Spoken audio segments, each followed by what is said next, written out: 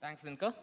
So, okay, I represent Convergence Catalyst. We're a boutique research and consulting firm, and you can read what we do.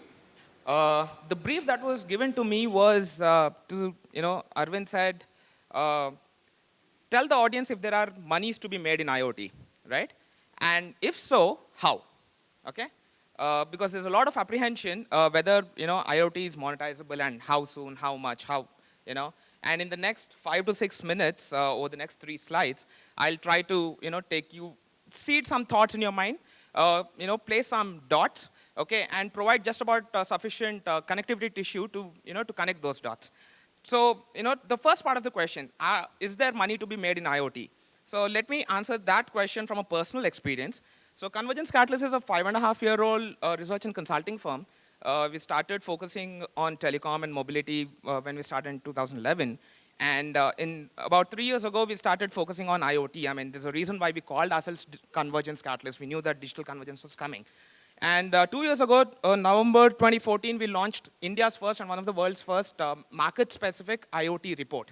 Okay, and all of 2015, we've been doing a lot of analyst notes and reports on in IoT. But in 2016, okay, is when we started getting commissioned projects for IoT. I mean, in-depth research, okay, consulting projects. And trust me, India is a market, and generally, people don't believe in paying for knowledge, advice, and insights. So if a consulting firm and a research firm is actually making money focusing on IoT, trust me, there's money to be made in IoT. Okay?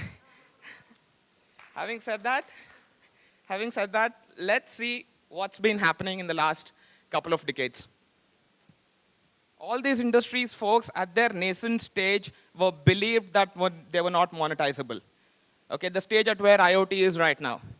Okay, some of the companies in these industries are the biggest and the leading companies in terms of market cap. Okay, like someone mentioned yesterday, in the last 5 years, the technology companies took over oil companies. Okay, and if you look at on the right side, the number of revenue and monetization models that the technology industry has seen, invented, and pioneered in the last two decades. Okay. Now, let me pick one of those industries and do a little, delve a little bit deeper. It's the music industry that I want to pick, because this is one industry which is going 100% digital, right? And the evolution from physical sales, right, from LPs, cassettes, CDs, to downloads and even streaming, okay, is going completely digital. So how did the music industry evolve with internet and in the digital technology era? So as an industry, in 1999, before the dot-com bubble, music industry was at its peak at about $14.5 billion, and that was primarily through physical sales. Okay, if you look at the popular access mode, it was physical album sales directly, and revenue model was one-time transaction. People would go purchase. Okay.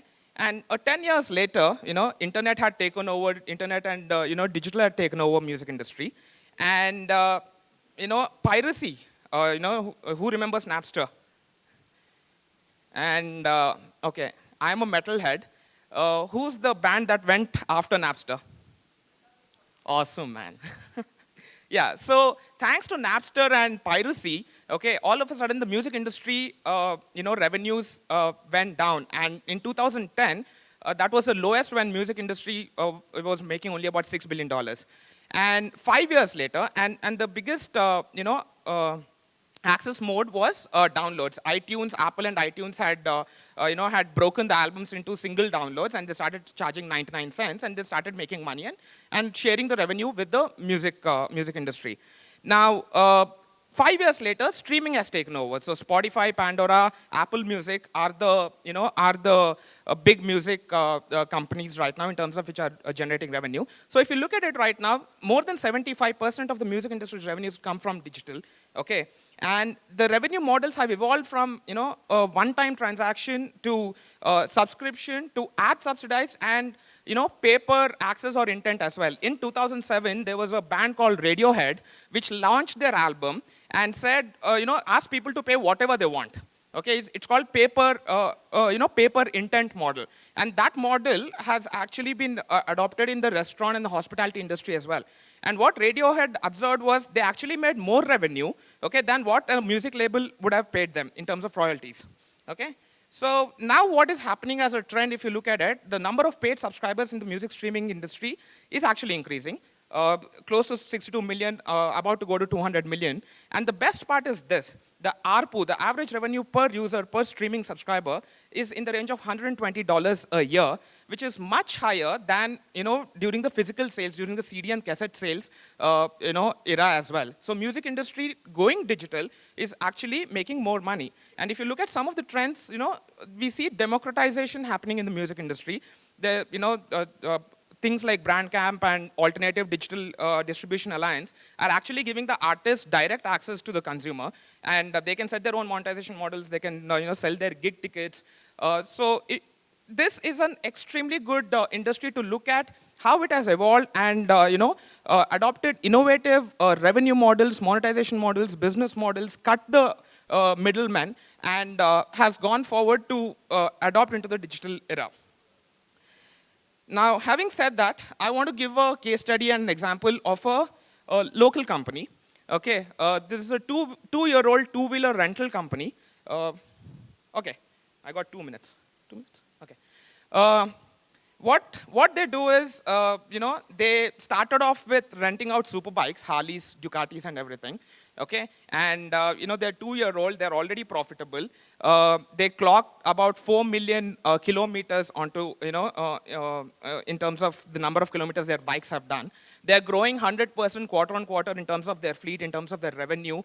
And earlier they're already profitable in terms of unit economics. Okay, and earlier this year they launched utility bikes wherein, they partnered with Bangalore Metro, and they offer, Honda Activas and bikes to go around people for local commute.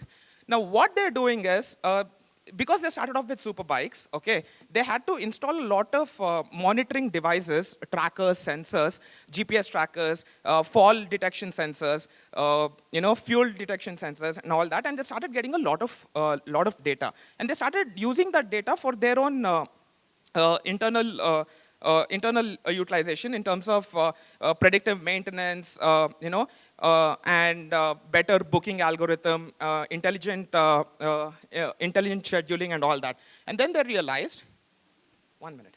And then they realized that this data is very valuable for other players in the value chain, okay?